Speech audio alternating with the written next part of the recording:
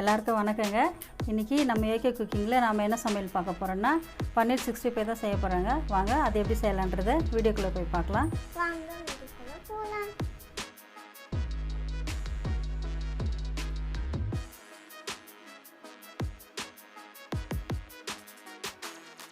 இப்போது அதுக்கு முதல்ல நமக்கு தேவையான அளவு பன்னீர் எடுத்துக்கலாங்க. அதை பீஸ் பண்ணிக்கலாம், கட் பண்ணி எடுத்துக்கலாங்க. கட் பண்ணுறது வந்து நம்ம விருப்பத்தாங்க. உங்களுக்கு எந்த சைஸ் வேணுமோ அந்த சைஸ் கட் பண்ணி எடுத்துக்கோங்க. பாருங்கள், நான் இந்த சைஸில் கட் பண்ணியிருக்கேன். உங்களுக்கு எப்படி வேணுமோ அப்படி கட் பண்ணி எடுத்துக்கோங்க.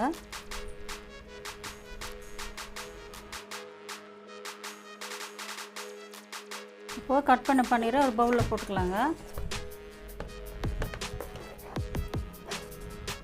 இப்போது பன்னீர் 65 செய்கிறதுக்கு நம்ம மசாலா ரெடி பண்ணிக்கலாங்க.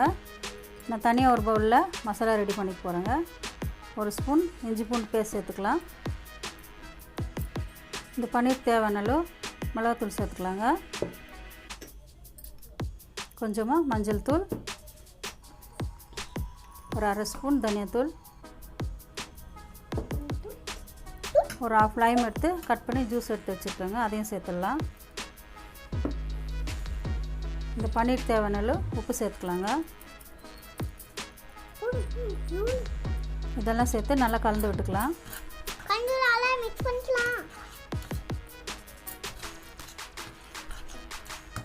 இப்போது மசாலா மிக்ஸ் பண்ணியாச்சுங்க. பன்னீர் போட்டு நம்ம மிக்ஸ் பண்ணிக்கலாம். விடுமா. இப்போ கை வச்சு பிசைஞ்சுக்கலாங்க.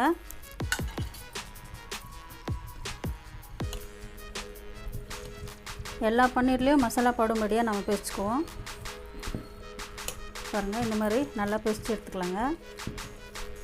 அப்போ தான் பன்னீரில் நல்லா மசாலா பிடிக்கும்.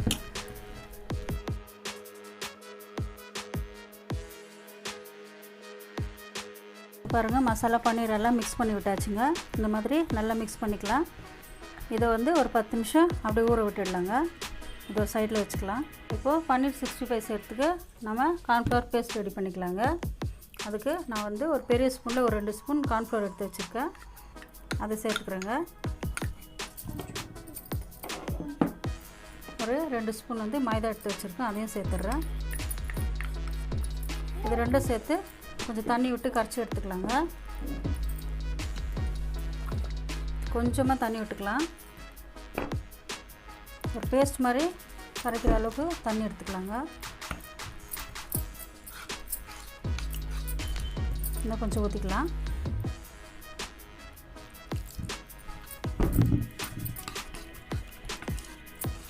பாருங்கள், இந்த அளவுக்கு திக்னஸாக நம்ம கரைச்சி எடுத்துக்கலாம். பாருங்கள், எவ்வளோ திக்னஸாக இருக்குது.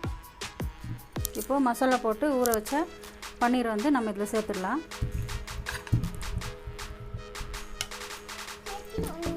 இது எல்லாம் மறுபடியும் கலந்து விட்டுக்கலாங்க. இந்த கார்ன்ஃப்ளவர் பேஸ்ட்டில் நல்லா மிக்ஸ் ஆகணுங்க, அந்த அளவுக்கு மிக்ஸ் பண்ணி விட்டுக்கலாம். பாருங்கள், எப்படி மிக்ஸ் ஆகிருக்கு. இப்போது பன்னீர் பொரிக்கிறதுக்கு நம்ம ஒரு பேன் வச்சுக்கலாங்க. அதில் பொரிக்கிற அளவுக்கு எண்ணெய் சேர்த்துக்கலாம். இப்போ பாருங்கள், எண்ணெய் சூடாயிடுச்சு. நம்ம பன்னீர் 65 பொரிச்சிக்கலாங்க.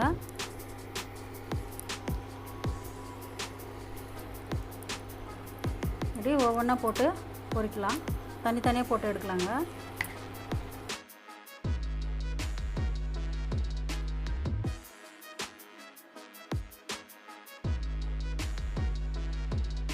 இப்போ பாருங்கள், பன்னீர் 65 நமக்கு ரெடி ஆகிடுச்சிங்க. நல்லா ரோஸ்ட் ஆகிருக்கு.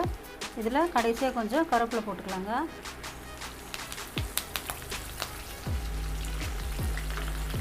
இந்த கருவேப்பிலை சேர்க்கறதுனால பன்னீர் 65க்கு ஒரு நல்ல ஃப்ளேவர் கிடைக்குங்க, ரொம்ப நல்லாயிருக்கும். இப்போ இது ஆயிடுச்சு, நம்ம எடுத்துடலாங்க.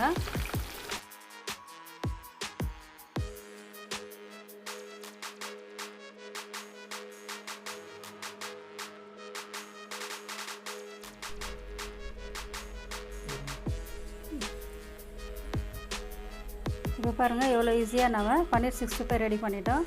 நீங்களும் இதே மாதிரி செஞ்சு பார்த்துட்டு டேஸ்ட் பார்த்துட்டு எப்படி இருக்குதுன்னு கமெண்ட்டில் சொல்லுங்கள்.